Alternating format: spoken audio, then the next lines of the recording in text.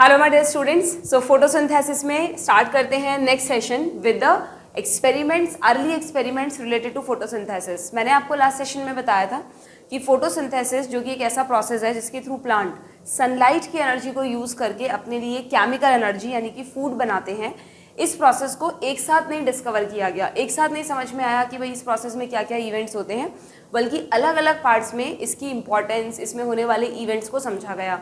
तो एनसीईआरटी में स्टार्टिंग में कुछ आपको 5 से 6 एक्सपेरिमेंट्स ऐसे दे रखे हैं जिन्होंने टाइम टू टाइम ये प्रूव किया कि भाई फोटोसिंथेसिस में क्या क्या चीज़ें ज़रूरी है या फोटोसिंथेसिस से क्या क्या प्रोड्यूस होता है। And very important topic, experiments पे भी नीट में क्वेश्चन पूछे गए हैं। ठीक है, तो आप ध्यान से देखिए क्या लिखा है इनमें। It is interesting to learn about those simple experiment that led to a gradual development in our understanding of photosynthesis। जो सबसे पहला एक्सपेरिमेंट एनसीईआरटी में दिया है that is of the Joseph Presley. Okay, इन्होंने बेल जार को use करके एक एक्सपेरिमेंट किया बच्चों, उसका डायग्राम भी एनसीईआरटी में दिया है और बड़ा ही इंटरेस्टिंग एक्सपेरिमेंट है। आप देखिए उन्होंने कितना पहले, कब 1770 में ये एक्सपेरिमेंट किया था। तब फोटोसिंथेसिस के बारे में कुछ भी नहीं पता था, इवन ये तक नहीं पता था। आप देखो यहाँ पे एक चीज़ और लिखी है एनसीईआरटी में कि ऑक्सीजन को भी सबसे पहले उन्होंने डिस्कवर किया था इन 1774। यानी प्रीस्ले पर एक और क्वेश्चन पूछा जा सकता है तुमसे कि हु डिस्कवर्ड ऑक्सीजन। तो ध्यान रखना 1774 में प्रीस्ले ने ही सबसे पहले ऑक्सीजन के बारे में दुनिया को बताया था।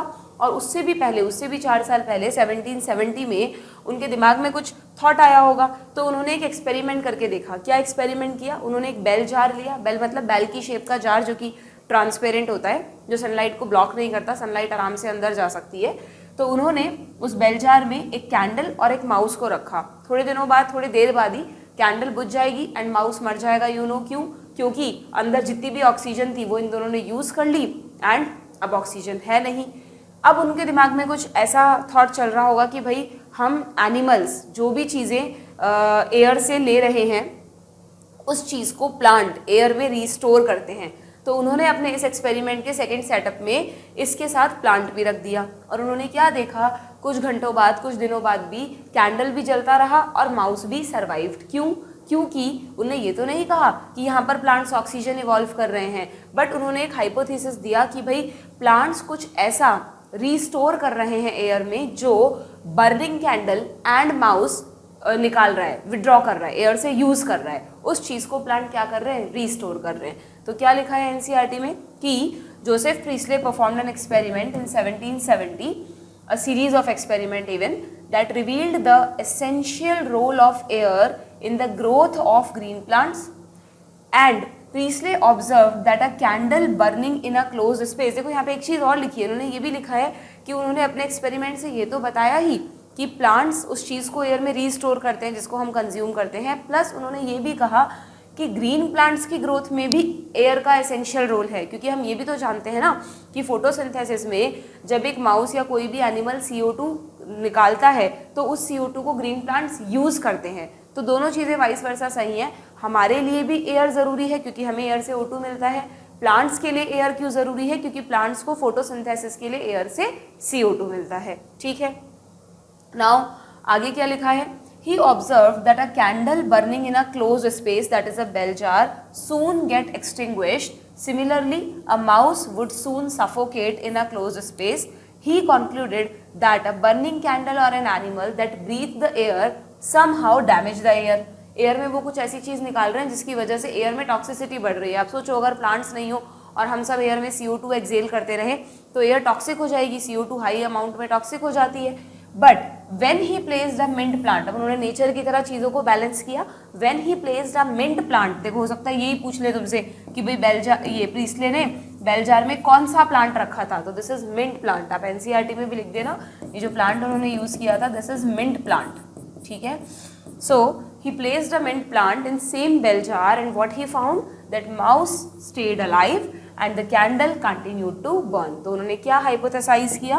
उन्होंने hypothesis the that plants restore to the air whatever breathing animals and burning candles remove। ठीक है, इसमें कुछ इंटरेस्टिंग क्वेश्चंस भी तुमसे पूछे हैं। Can you imagine how Priestley would have conducted the experiment using a candle and a plant? Remember, he would need to rekindle the candle to test whether it burns after a few days. ये कह रहे हैं कि उनको इस experiment को और better तरीके से प्रूफ करने के लिए कैंडल अगर बुझ गई तो उसको रिकिंडल भी करना पड़ेगा बिना बेल जार को उठाए। तो ये कैसे पॉसिबल है कि आप बिना बेल जार को उठाए कैंडल को दोबारा जला दो। How many different ways can you think of to light the candle without disturbing the setup. बिल्कुल पॉसिबल है। आप एक एक्सपेरिमेंट पढ़ते थे क्या 9th-10th में कि अगर हम एक पेपर पे सनलाइट की बीम को फोकस करवाएं एक पॉइंट के थ्रू तो वो पेपर वहाँ से जल जाएगा, क्योंकि एक पॉइंट पर अगर सनलाइट को लगातार फोकस करवाया जाएगा तो वहाँ पर इतनी हीट क्रिएट कर देगी कि उससे वो पेपर जल जाता है। तो बिल्कुल उसी तरह के कुछ मेथड से प्रीस्ले ने भी क्या किया होगा, कैंडल को रीबर्न किया होगा एक ही पॉइंट पर सनलाइट को या लाइट को फोकस करवा के, इतनी हीट जनरेट कर दी कि कैंडल विल लाइट अप। ठीक है, तो yes it is possible. NCERT में जस्ट क्वेश्चन लिखकर छोड़ा है तो हम मतलब कह सकते हैं कि this is one of the way. और भी बहुत अलग अलग वेज होंगे but this would one of the way. ठीक है, चलिए आते हैं सेकेंड एक्सपेरिमेंट पर। फर्स्ट तो प्रीस्ले का एक्सपेरिमेंट हो गया। अब जो सेकेंड एक्सपेरिमेंट है बच्चों वो किया जैन इंजनहाउस ने। नाम भी बड़े इंटरेस्टिंग से हैं यहाँ पर साइंटिस्ट के, जैन इंजनहाउस। ठीक है, इन्होंने अपना एक्सपेरिमेंट कैसे किया, प्रीस्ले के ही एक्सपेरिमेंटल सेटअप को यूज़ किया। और इन्होंने क्या किया, सेम सेटअप को कुछ समय डार्क में रखा और कुछ समय मतलब एक केस में डार्क में रख के किया, एक केस में लाइट में रख कर किया। तो बट ऑब्वियस जब उन्होंने जैन इंजनहाउस ने इस सेटअप को डार्क में रखा होगा, सोचो तो चाहे से प्लांट प्रेजेंट है बट क्या ये कैंडल बर्न करी होगी, माउस सर्वाइव किया होगा? नहीं, क्योंकि डार्क में प्लांट को सनलाइट नहीं मिल रही तो फोटोसिंथेसिस नहीं हुआ होगा। और जब सनलाइट में इस सेटअप को रखा तो बट ऑब्वियस रिजल्ट्स वही मिले जो प्रीस्ले को मिले। तो उन्होंने क्या बोला कि जिस भी प्रोसेस की बात प्रीस्ले कर रहे हैं उस प्रोसेस में सनलाइट भी ज़रूरी है।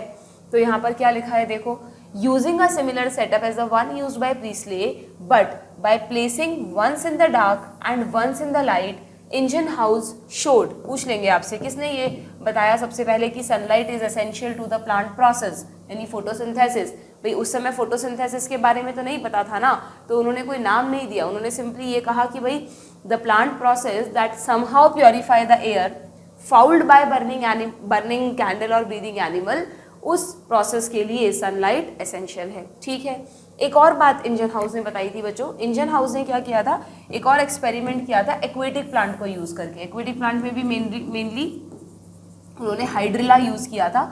तो हाइड्रिला प्लांट को यूज़ कर उन्होंने क्या देखा है, देखो मेरे पास एक डायग्राम है उसमें तो मैं दिखाती हूँ। उन्होंने हाइड्रिला प्लांट को ध्यान से ऑब्जर्व किया एंड व्हाट ही फाउंड कि उनको कुछ बबल्स निकलते हुए दिखाई दिए जब सनलाइट में ये एक्सपेरिमेंट किया, और वो भी सिर्फ उसी पार्ट से जो ग्रीन कलर का है। अगर कोई भी प्लांट में नॉन ग्रीन पार्ट है तो आपको पता है वो फोटोसिंथेसिस नहीं करेगा, तो ऑक्सीजन भी नहीं प्रोड्यूस होगी, तो बबल्स भी नहीं बनेंगे। तो वो इंजनहाउस इस एक्सपेरिमेंट से ये कहना चाह रहे थे कि प्लांट का हर पार्ट उस प्रोसेस को नहीं करता, सिर्फ ग्रीन पार्ट ही उस प्रोसेस को करता है। लेटर ऑन उनको ये पता चला कि ये जो बबल्स निकल रहे हैं ये ऑक्सीजन के बबल्स हैं। तो कहीं ना कहीं ये समझ में आया कि जो बात प्रीस्ले कर रहे थे और इंजनहाउस कर रहे हैं उन बातों में क्या सिमिलैरिटी है कि फोटोसिंथेसिस के प्रोसेस से कौन सी गैस प्रोड्यूस होती होगी, ऑक्सीजन, तभी तो वो रीस्टोर कर रही है एयर को।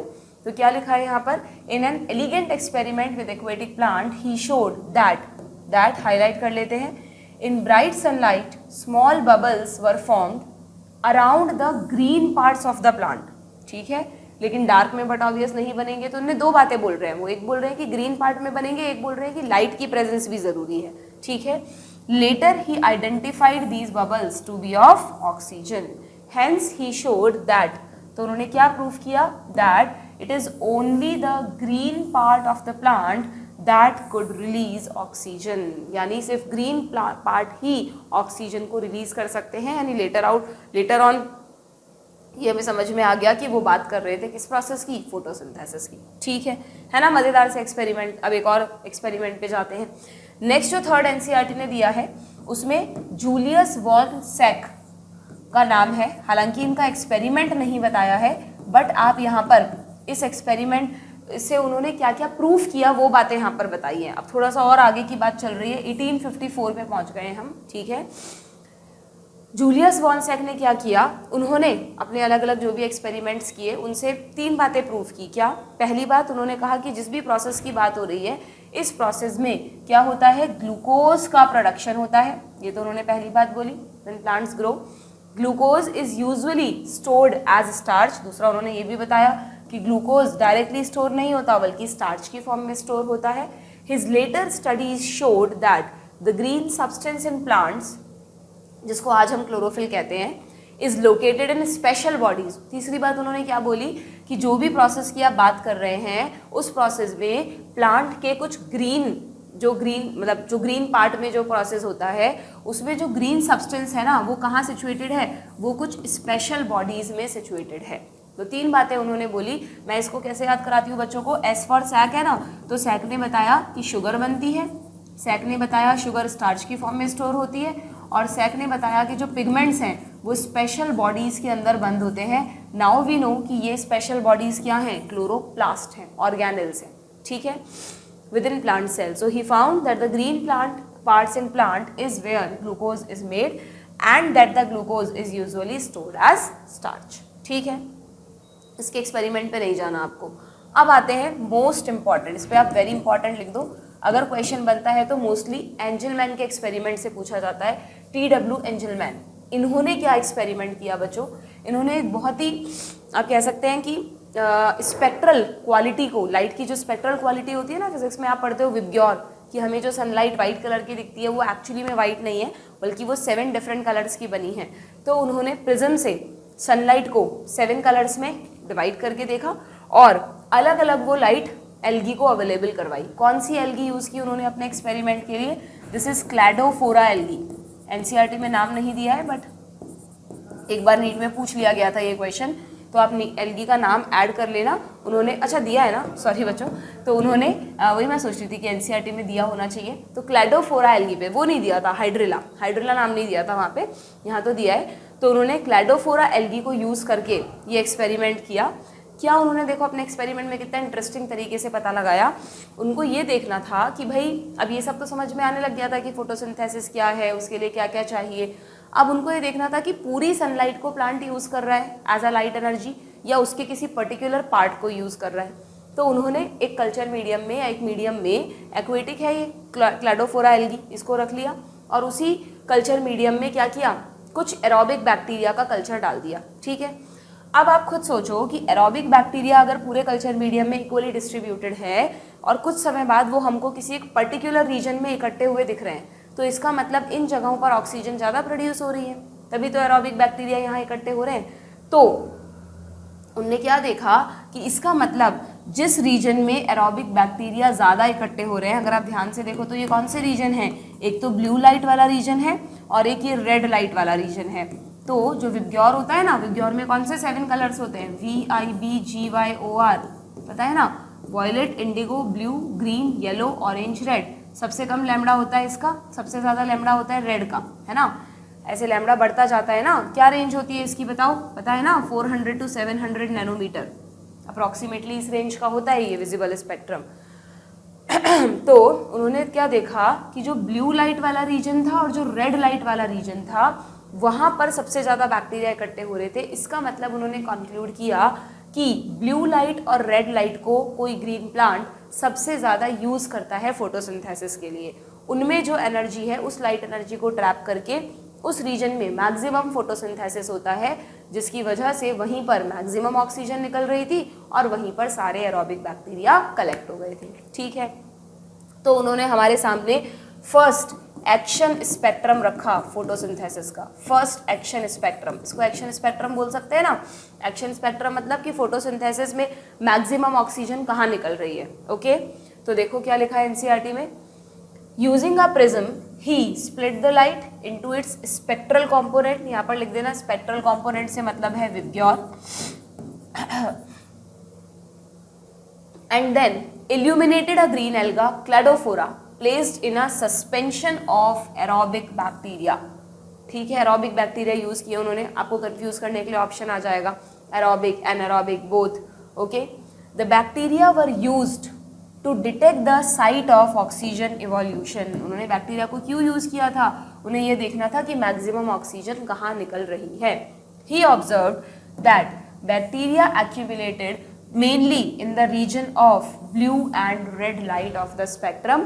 So the first action spectrum of photosynthesis was described by TW Angelman. पूछ लेंगे आपसे कि पहला एक्शन स्पेक्ट्रम किसने दिया, ठीक है। इट रिजेंबल रफली the absorption spectra of chlorophyll A and B। ये जो स्टेटमेंट है ये अभी आपको बाद में समझ में आएगा, जब हम इंडिविजुअल पिगमेंट्स के बारे में पढ़ेंगे तो वहाँ आप पढ़ोगे जो क्लोरोफिल A एंड B के एब्जॉर्प्शन पीक्स होते हैं वो भी ब्लू एंड रेड लाइट में ही होते हैं। तो वहाँ पर साइंटिस्ट को बाद में समझ में आया कि क्लोरोफिल A जो है वो चीफ पिगमेंट है जो फोटोसिंथेसिस के लिए रिस्पॉन्सिबल है। वो अभी बात की बात है, अभी आप इस लाइन को स्किप कर सकते हो, ठीक है। आगे बढ़े। नाउ 4 एक्सपेरिमेंट्स हो गए। नाउ फाइनली इन चारों एक्सपेरिमेंट्स के बेसिस पर क्या कंक्लूजन्स निकले भाई? By the middle of the 19th century, अब 19th सेंचुरी के मिडिल में आ गए, ठीक है। The key features of plant photosynthesis were known, namely that plant could use light energy to make carbohydrates from CO2 and water। ये बात समझ में आ गई अच्छे से कि प्लांट्स जो हैं वो लाइट एनर्जी को यूज़ करके क्या करते हैं? कार्बोहाइड्रेट्स बनाते हैं। बट लाइट एनर्जी को यूज़ करने का मतलब ये है कि लाइट एनर्जी को तो as an energy source use किया है उन्होंने। सबस्ट्रेट क्या यूज़ किए हैं कार्बोहाइड्रेट बनाने के लिए? CO2 and water. तो जब भी आप फोटोसिंथेसिस की इक्वेशन लिखते हो तो उसमें हमेशा सबस्ट्रेट में क्या लिखते हो? CO2 and water. और प्रोडक्ट्स में क्या लिखते हो? प्रोडक्ट्स में लिखते हो ग्लूकोज एंड ऑक्सीजन, ठीक है, ग्लूकोज एंड ऑक्सीजन। तो इसकी एम्पेरिकल इक्वेशन दी है, ये देखो ग्लूकोज का एग्जैक्ट फॉर्मूला थोड़ी ना, ये तो एम्पेरिकल इक्वेशन दी है आपको। अगर मैं इसको एक बैलेंस्ड इक्वेशन की फॉर्म में लिखूं तो इसको कैसे याद करना है आपको? 6CO2 + 12H2O in the presence of sunlight. Chlorophyll plants के पास पहले से है, ठीक है। क्या बनेगा? ग्लूकोज का एक मॉलिक्यूल बनेगा, सिर्फ ओनली 1 मॉलिक्यूल। इसको कई बार ना C6 पढ़ के आप बच्चे समझ लेते हैं 6 मॉलिक्यूल बन गए ग्लूकोज के, एक ही तो मॉलिक्यूल बना है ग्लूकोज का। जब 6 CO2 के मॉलिक्यूल यूज़ किए हैं तभी तो 6 कार्बन मिले, तब जाके एक मॉलिक्यूल बनता है ग्लूकोज का, प्लस 12 वाटर मॉलिक्यूल यूज़ होते हैं और 6 दोबारा प्रोड्यूस भी होते हैं, ओके। प्लस यहाँ पर बनती है very very important oxygen gas, ठीक है, क्लियर? ओके, समझ में आ गया आप लोगों को? तो ये बैलेंस्ड इक्वेशन हो गई, ये एम्पेरिकल इक्वेशन हो गई, where it represent a carbohydrate that is glucose. अच्छा, इसमें एक और बात समझाती हूँ मैं तुम लोगों को कि ये जो हम लिखते हैं ना इक्वेशन, ये कोई केमिकल रिएक्शन नहीं है। जैसे अगर ये केमिस्ट्री की रिएक्शन होती तो इसका मतलब ये है कि CO2 वाटर से रिएक्ट करके ग्लूकोज बना रहा है। तो जब आप फोटोसिंथेसिस का मैकेनिज्म पढ़ोगे तो वहाँ आप देखोगे ऐसा कभी हुआ ही नहीं कि CO2 ने डायरेक्टली कि CO2 वाटर से डायरेक्टली रिएक्ट करके ग्लूकोज बना रहा है, ऐसा नहीं होगा कभी भी वहाँ पर। बल्कि आप पढ़ेंगे फोटोसिंथेसिस में कि जो हमने ये CO2 दिखाया है तो इस CO2 को यूज़ करके ये जो ग्लूकोज बना ये फोटोसिंथेसिस के एक अलग पार्ट में बना है, दैट इज डार्क रिएक्शन, ठीक है। और मैंने आपको लास्ट सेशन में बताया था कि फोटोसिंथेसिस के दौरान जब लाइट रिएक्शन होती है, अगर आपको ध्यान हो तो लाइट रिएक्शन के दौरान वाटर की स्प्लिटिंग से ऑक्सीजन बनती है। तो ये जो इक्वेशन में हमने दिखाया है ना H2O, ये किसके लिए दिखाया है? ये वाला पार्ट हमने दिखाया है लाइट रिएक्शन के लिए, कि वाटर की स्प्लिटिंग से जो ऑक्सीजन गैस बन रही है ये वाला पार्ट कहाँ होगा? ये वाला पार्ट होगा लाइट रिएक्शन में, ठीक है ना। तो इसलिए मैं आपको कह रही हूँ कि ऐसा नहीं है कि इन दोनों ने सीधा रिएक्ट करके ग्लूकोज बना लिया, ये एक अलग प्रोसेस में बना है, ये एक अलग प्रोसेस में बना है, वाटर बीच बीच में इंटरमीडिएट प्रोडक्ट की तरह बना है। तो इसलिए ये कोई रिएक्शन नहीं है, बल्कि ये एक बैलेंस्ड इक्वेशन है जो एक सिंगल स्टेप को ना बता के किसको बता रही है? एक मल्टी स्टेप प्रोसेस को बताती है। फोटोसिंथेसिस कोई सिंगल स्टेप रिएक्शन नहीं है, बल्कि एक मल्टी स्टेप प्रोसेस है जिसमें अलग अलग स्टेप्स हम पढ़ेंगे, ठीक है। नाउ अब यहाँ पर लास्ट में एक एक्सपेरिमेंट और बताया आपको, that is of Cornelius van Niel. ये भी इंपॉर्टेंट है, इन्होंने भी बड़ी इंपॉर्टेंट डिस्कवरी की बच्चों। कॉर्नेलियस वॉन नील का एक्सपेरिमेंट है ये। नील ने पता है एक बहुत अच्छी बात हम लोगों को बताई, बहुत सरप्राइजिंग बात हम लोगों को बताई। हम लोगों को यही पता है कि भाई फोटोसिंथेसिस जो है उससे ऑक्सीजन गैस इवॉल्व होती है, बट आपको ये पता होना चाहिए, कहीं पर एनसीईआरटी में डायरेक्टली नहीं दे रखा, यहीं पर बस थोड़ा सा दे रखा है, नीट में क्वेश्चंस आ जाते हैं कि जो फोटोसिंथेसिस है ना वो एक्चुअली में 2 तरह का होता है। मैक्सिमम जो फोटोसिंथेसिस आप पढ़ रहे हो वो तो ऑक्सीजेनिक फोटोसिंथेसिस है क्योंकि ऑक्सीजन निकल रही है, लेकिन एक ऐसा भी फोटोसिंथेसिस होता है जो एनऑक्सीजेनिक है। सोचो, यानी उस फोटोसिंथेसिस में ऑक्सीजन इवॉल्व भी नहीं होती, तो ऑक्सीजेनिक फोटोसिंथेसिस तो कहाँ होता है, इसके एग्जाम्पल तो आपको पता है, ग्रीन पार्ट्स ऑफ प्लांट और साइनोबैक्टीरिया। बीजीए जो है वो बिल्कुल प्लांट्स की तरह ही फोटोसिंथेसिस करता है, ऑक्सीजन गैस बनती है, बिल्कुल बनती है। ल्यूग्लिनॉइड्स वगैरह जो भी कर रहे हैं वो सब ऑक्सीजेनिक फोटोसिंथेसिस है, ठीक है। लेकिन एनऑक्सीजेनिक फोटोसिंथेसिस कौन करता है बच्चों, बैक्टीरिया का एक स्पेशल ग्रुप जिनको बोलते हैं सल्फर बैक्टीरिया। क्या बोलते हैं इनको हम, they are called sulphur bacteria. और सल्फर बैक्टीरिया में, just a minute, they are called sulphur bacteria. और सल्फर बैक्टीरिया में भी तरह तरह के कलरफुल बैक्टीरिया होते हैं, जैसे कुछ होते हैं ग्रीन सल्फर बैक्टीरिया, कुछ होते हैं पर्पल सल्फर बैक्टीरिया, ऐसे अलग अलग ऑप्शंस आ जाएंगे, ठीक है। इनके भी फिर कुछ नाम भी होते हैं, बट वो नाम आपको नहीं पढ़ने। तो एनऑक्सीजेनिक फोटोसिंथेसिस क्यों कहते हैं हम इसको, क्योंकि ध्यान से देखना, जब ये फोटोसिंथेसिस करते हैं सल्फर बैक्टीरिया का ग्रुप, तो ये क्या करते हैं, ये मीडियम से CO2 लेते हैं बिल्कुल, लेकिन वाटर की जगह ये H2S की स्प्लिटिंग करते हैं, इसीलिए इनको सल्फर बैक्टीरिया कहते हैं। और जब प्रोडक्ट बनते हैं तो CO2 की वजह से ग्लूकोज तो मिल जाता है, CO2 की वजह से ग्लूकोज तो मिल जाता है, लेकिन जो H2O से ऑक्सीजन निकलनी चाहिए थी, अब यहाँ तो H2S है, तो उसकी जगह क्या निकलता है, उसकी जगह यहाँ पर सल्फर बनता है, ठीक है। तो बैलेंस नहीं किया मैंने, सिंपल वे में लिखा है, उसकी जगह यहाँ पर क्या बनता है, सल्फर बनता है। तो क्योंकि यहाँ पर ऑक्सीजन प्रोड्यूस ही नहीं हुई, इसलिए इसको कहते हैं एनऑक्सीजेनिक फोटोसिंथेसिस। समझ गए ना, CO2 से तो ग्लूकोज बनी, लेकिन यहाँ पर वाटर की जगह उन्होंने H2S यूज़ करा, तो उससे क्या बन गया, सल्फर बन गया। तो इस तरह के फोटोसिंथेसिस को क्या कहते हैं, एनऑक्सीजेनिक फोटोसिंथेसिस। तो कॉर्नेलियस वॉन नील जो कि एक माइक्रोबायोलॉजिस्ट थे, बैक्टीरिया पे अपने एक्सपेरिमेंट्स करते थे, तो उनकी नज़र में ये बात आई, a milestone contribution to the understanding of photosynthesis was made by him. उन्होंने अपनी स्टडी की किस पर, purple and green sulphur bacteria पे, इसको पूरा नाम लिख लेना, purple and green sulphur bacteria, ठीक है।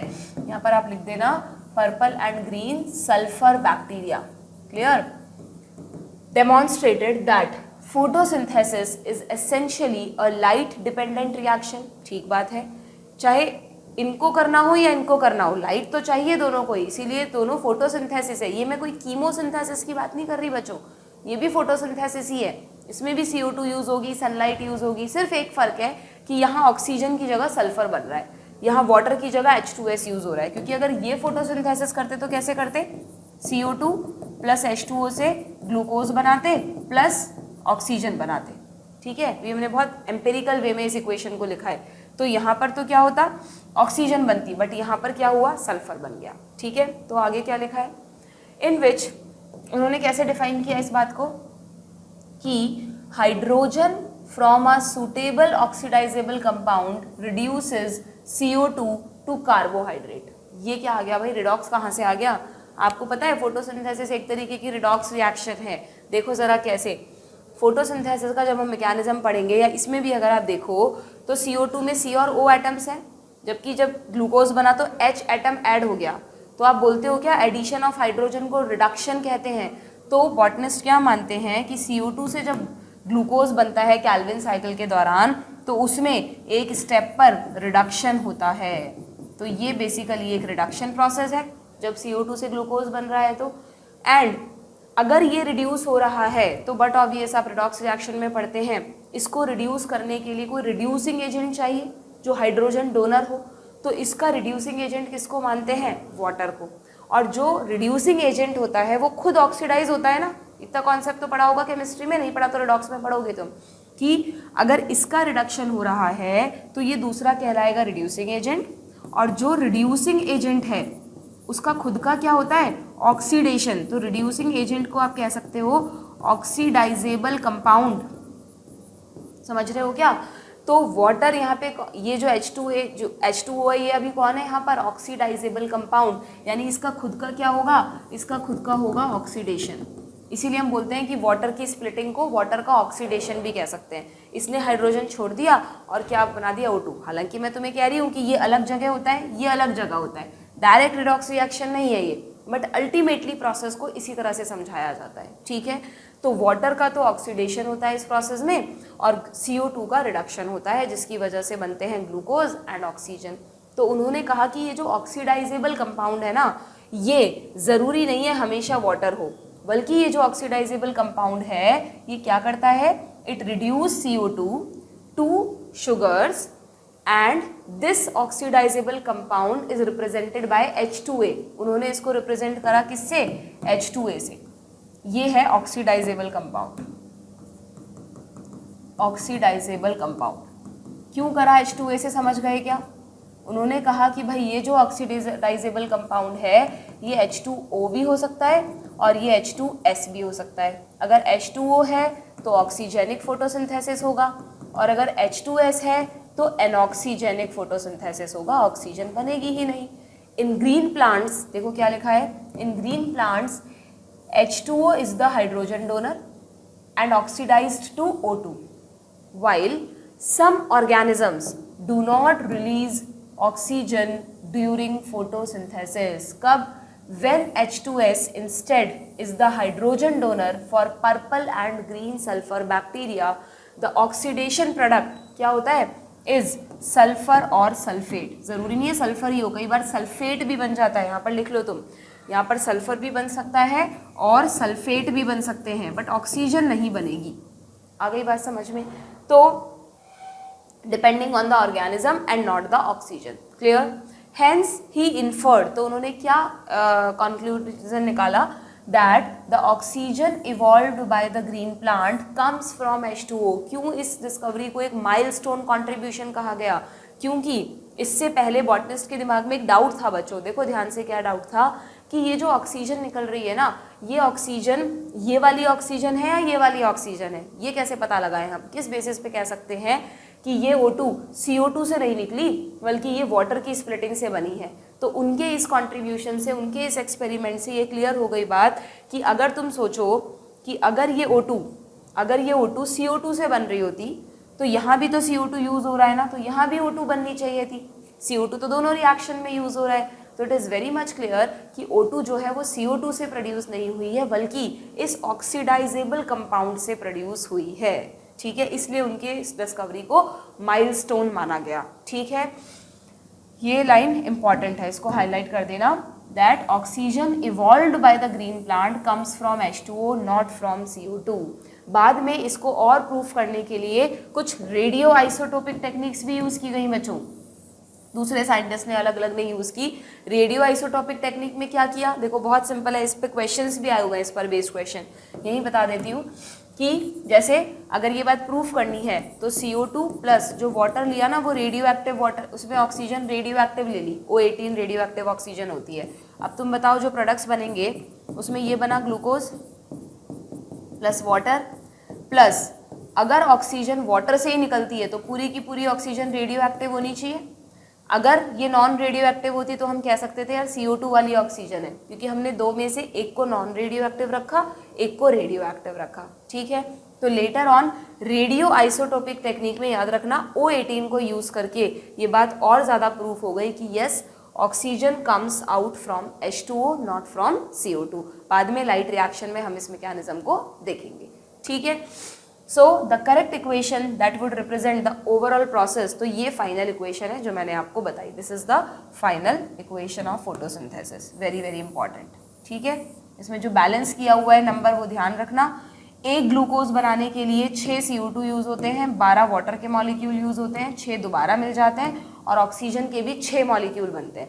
तो सब 6 या 12 के रेशो में है, लेकिन ग्लूकोज सिर्फ एक अकेला है। ठीक है, where it represents glucose, the oxygen released is from water. This was proved using radioisotopic technique. Note that this is not a single reaction. अभी थोड़ी देर पहले मैंने तुमको बताया, this is not a single reaction but description of a multi-step process. Can you explain why 12 molecule of water as substrate are used in the equation given above? तो वो तुम्हें तब समझ में आएगा जब तुम फोटोसिंथेसिस का मैकेनिज्म पढ़ोगे। ठीक है, ये कॉर्नेलियस वॉन नील के एक्सपेरिमेंट का डायग्रामेटिक प्रेजेंटेशन है। देखो यहाँ पर इन्होंने दिखाया है कि जब उन्होंने एक्सपेरिमेंट किया तो किस तरह से जो ऑक्सीजन गैस है, अगर इन्होंने अच्छा यहाँ पर अलग अलग तरह से रेडियो एक्टिविटी यूज़ की है। देखो एक बार तो कार्बन को रेडियो एक्टिव कर लिया, C14 होता है कार्बन में वैसे, और यहाँ पर H2O को रेडियो एक्टिव कर लिया। अच्छा सॉरी, यहाँ पर CO2 में ऑक्सीजन को रेडियो एक्टिव कर लिया, यहाँ पर H2O में ऑक्सीजन को रेडियो एक्टिव कर लिया। तो सोचो इस समय जो ऑक्सीजन निकलेगी वो तो नॉन रेडियो एक्टिव होगी ना, क्योंकि यहाँ पर आपने CO2 को रेडियो एक्टिव किया है, CO2 वाली ऑक्सीजन तो निकलती नहीं है, तो इसमें जो ऑक्सीजन निकली वो नॉन रेडियो एक्टिव है। बट जब हमने वाटर को रेडियो एक्टिव किया उसमें जो ऑक्सीजन निकली वो कैसी है, रेडियो एक्टिव है। ऐसे कुछ भी नीट में तुमसे लॉजिकल क्वेश्चंस पूछे जा सकते हैं बनाकर, ठीक है, क्लियर।